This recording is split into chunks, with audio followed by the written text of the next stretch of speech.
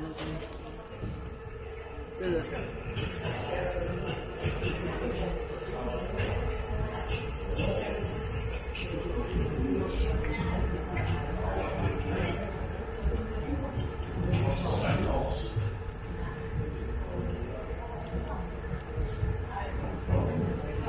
we are now 30 meters deep in the underground world of Champagne-Mercier. We're going to travel through these galleries, discovering the heritage, the savoir-faire, the different cuvées, and the spirit that's so particular for our house. The history of our house starts back in 1858, thanks to the courage and the visionary spirit of a young man aged only 20, Eugène Mercier. Eugène Mercier has an idea in mind. It's to make the champagne accessible to the greatest number of people, and not only to the rich and famous as it was until then.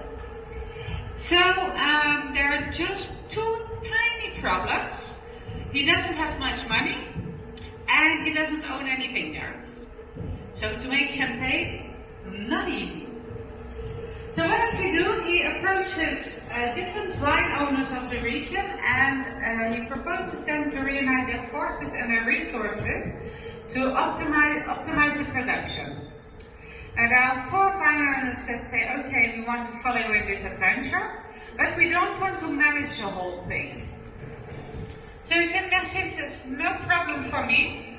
I will do the management. Can you please switch off the light? Thank you. I will do the management, but it will be under my name. And that's how Champagne Mercier was born in 1858, representing at the same time the first union of owners, the first cooperative. Now, Eugène Mercier always had wild ideas in mind, and in 1871 one of his ideas was to have his own cellars. So he asked his architects to draw the plans for the cellars, and they drew them the way cellars were made at that time, on different levels and with low ceilings. Eugène Mercier saw the plans, he took them, tore them up, and he threw them away, and he said, gentlemen, think by the kilometer, not by the meter. And that's how we're drawn these 47 galleries, all parallel and perpendicular one to each other, a bit like the map of Manhattan. When you look from above, it looks like a map of Manhattan. And all on the same level to make work easier for his cellarman, but also to be able to create his own train line that's communicated with the train line Paris-Strasbourg that was not far away. Now the cellars you see here are dug entirely by hand in 6 years, using only pickaxes, and you can still see the traces on the ceiling. It took, so as I said, 6 years to dig the 18 kilometers of cellars. Now, these cellars are necessary for the maturation of the champagne, and they have 3 characteristics that are important. They have a high humidity, we have a constant temperature of about 10 degrees, and we have the darkness, of course. Now, Eugène Mercier wanted these cellars to be practical, but he also wanted them to be beautiful. First of all for his cellarmen and later for the visitors. So he asked Gustave-André Navet to create different bas-reliefs, and the one you see here commemorates the visit of Sadi Carnot in 1891. Sadi Carnot was at that time president of France, and he visited the cellars of Mercier because they were modern and dynamic. Now when you look above your head, you can see large openings. This is what we call essors. In the time of the excavation of these cellars, the essors were used to extract the limestone blocks from the cellars. Nowadays we use them for ventilation, as if we didn't have it, then it would be even more humid in these cellars. The bas-relief you see on your right or behind you, depending on where you are in the train, is also created by Gustave-André Navet, and it represents the harvesting and the pressing of the grapes. Now, I can assure you immediately, pressing is no longer done by foot. We use machines now. So I will tell you a bit about the elaboration of champagne. We're here in Champagne at an AOC appellation d'origine contrôlée, which means that champagne can be made only here, with grapes from here, and following a strict protocol. As we say, it isn't champagne if it ain't from Champagne. Here at Mercier we have 249 hectares of vineyards, which might seem quite a lot, but it's just enough for 50% of our grape needs. The other 50% are bought from vine owners of the region. Now we have three principal grape varieties that we use for the elaboration of champagne. We have the Pinot Noir and the Meunier, which are both black grapes giving white juice. And we have the Chardonnay, which is a white grape giving white juice. Now harvesting is generally done in September, sometimes a bit earlier, sometimes a lot earlier. And it's done entirely by hand, which means every year for Mercier hundreds and for the whole region thousands of harvesters every year. Now once the grapes have been harvested, they are brought directly to our pressing centers where they are gently pressed. When I say gently, it's really soft. It's no stronger than the pressure between two fingers. We repeat that several times to obtain only the white juice from even the black grapes without the coloration of the skin. The juice we obtain after the pressure is called must, and the must is placed in large stainless steel vats. That's where starts the first fermentation. The yeast and the sugar are naturally present in the grape, and the yeast eats the sugar to transform it in alcohol and carbon dioxide. Now, as the vats are open, the carbon dioxide escapes, and we obtain a still wine. From these still wines, our cellar master, Christophe Bonnefond, is going to do his job. He is going to blend different grapes from different grape varieties, from different crus, from different years even, to obtain year after year the same champagne that's so liked by our visitors.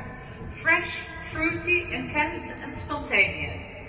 On the contrary, he decides to mark the year, to make a special champagne that represents really the year and often the weather that we had in that year, a vintage champagne. If he does that, it's a champagne that has nothing to do with our regular champagnes. It's completely different. Now every blend is giving birth to a cuvée. Every cuvée is placed in a bottle with what we call liqueur de tirage. This is composed of yeast and sugar, and we then close the bottle with a metallic cap, like you can see here. And the bottles are posed horizontally in our cellars, where starts the second fermentation, but this time inside the bottle.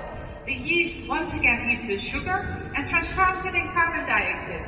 But this time the gas cannot escape as the bottle is closed. So it's absorbed by the wine, which becomes effervescent. This is what we call la prise de mousse, or the birth of champagne. The bottles rest here for several years. It's a minimum of 15 months for traditional champagnes and a minimum of 3 years for vintage champagnes. And during this time, the yeast that has eaten all the sugar dies and forms a sediment at the bottom of the bottle. This sediment is what gives the aroma to the champagne, so we really need it. But we don't want it in our glass. So once the champagne has the taste we want, we go to extract the sediment, and to do so, bottles are placed on the racks you see on your left and right. At least that's how it was done at the time of Eugène Mercier. At that time, the bottles were turned a quarter of a tour every time, while placing them gradually in a more vertical position. Now, this is called the riddling. And nowadays, riddling is done by gyro pellets, but I will tell you more about that when we'll see them. Once the bottles are in a complete vertical position, the sediment is in the neck of the bottle, and we're going to extract it. To do so, we take the bottles, we plunge them in an ice bed of minus 28 degrees, and the neck freezes immediately, forming an ice cube. We then turn the bottle upright, we uncork it, and the ice cube shoots out just like a champagne cork. This is what we call the disgorgement. After the disgorgement, we add our liqueur de dosage, which is composed of sugar and reserve wines, and which determines if a champagne is demi-sec or brut. We then close the bottle with the final cork, the metallic cask, and we post the bottles a couple of more weeks before they receive the final label and are sent up for you to enjoy. Now on your right you can see the statue of a rather joyful woman. I present you Miss Mercier. Miss Mercier was the muse of Champagne-Mercier at the World's Fair of 1900. Unfortunately, she didn't have the success Eugène Mercier hoped for. As you can see, she's rather scantily dressed. She has a glass in one hand and a bottle in the other, and this attitude was found shocking by the public at that time. So Eugène Mercier decided to remove her from the World's Fair and to hide her here 30 meters deep in his cellars, where she's now seen by 100,000 visitors every year. Now on your right again, you can see the entrance of our bibliothèque, our wine library. This is what I call the heart of our cellars. This is where we keep our history, where we find the history of the house, the heart of the house, where history is created as well. This is where we keep our oldest cuvées. The oldest bottle you can find in there is from 1923, and it still has the sediment inside. Now, every now and then, Christophe Bonnefonds, together with some of his colleagues, he unlocks the gate, he goes in, and he takes some bottles out to evaluate how the wine has evolved, how champagne has evolved. If it is still champagne, is it still sparkling? He tastes it, he admires how the work was done back in the days, and he gets his inspiration for his future cuvées. Now, to explain you the difference between a vintage and a non-vintage champagne is quite easy. For a vintage champagne, we use the grapes of one single year of harvesting. We can blend different grape varieties from different crus, but they all have to be from the same year of harvest. This year appears on the bottle. If no year appears on the bottle, it means that it's a non-vintage champagne. Here at Mercier, we have at the moment 3 vintage champagnes that have been disgorged quite recently. We have the 2003, which was the hottest year of the century. Then we have the 2010, which was the coldest year of the century. And we have the 2007, which is right in between. Now we have reached our longest and most beautiful gallery, the painting gallery. If you haven't done so, please look behind you. And as you can see, you cannot see the end of this gallery. That's normal. The gallery is over a kilometer long, and we are right underneath the Avenue de Champagne. Back in his days, Eugène Mercier had his house situated at the top of this gallery, just called Château de Pékin. And even his cellarmen, when they went to work, they said, "We're going to Pékin, otherwise we're going to the end of the world." As I said, it's also the most beautiful gallery. It has been decorated with numerous bas-reliefs, all by the hand of Gustave André Navlet. And the bas-reliefs you can see here represent the different villages of the region, but also the work that was done and is still done in our cellars.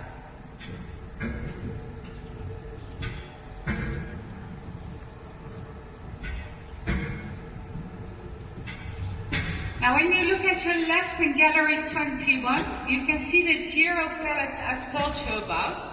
At the entrance we have a cage called the TSR that we fill with 504 bottles of champagne. We then place it on the Giro pallet, where it's riddled automatically in only 5 days. Whereas manual riddling takes 3 weeks. Now there are still some bottles riddled manually. For example, the magnums that don't fit in the TSRs, or some vintage champagnes. And here on your left, here you can see bottles with the head down. These bottles have been riddled recently and are now ready for disgorgement. Now you might have understood that Eugène Mercier has understood very early the importance of communication. We've seen it with the huge barrel that you've seen at the entrance of our visitor center, and that was exposed at the World Fair of 1889. 11 years later, at the World Fair of 1900, Eugène Mercier made sensation again by showing one of the first publicity movies of that time, a publicity Mercier, and it was made by the Lumiere brothers. At that same World Fair, it was possible to drink a glass of Mercier champagne at 300 meters high in a tattered hot air balloon. Now, on the last day of the exposition, Eugène Mercier, together with some friends, decided to have a last glass of champagne. So they went into the balloon. For a reason unknown, the balloon got detached.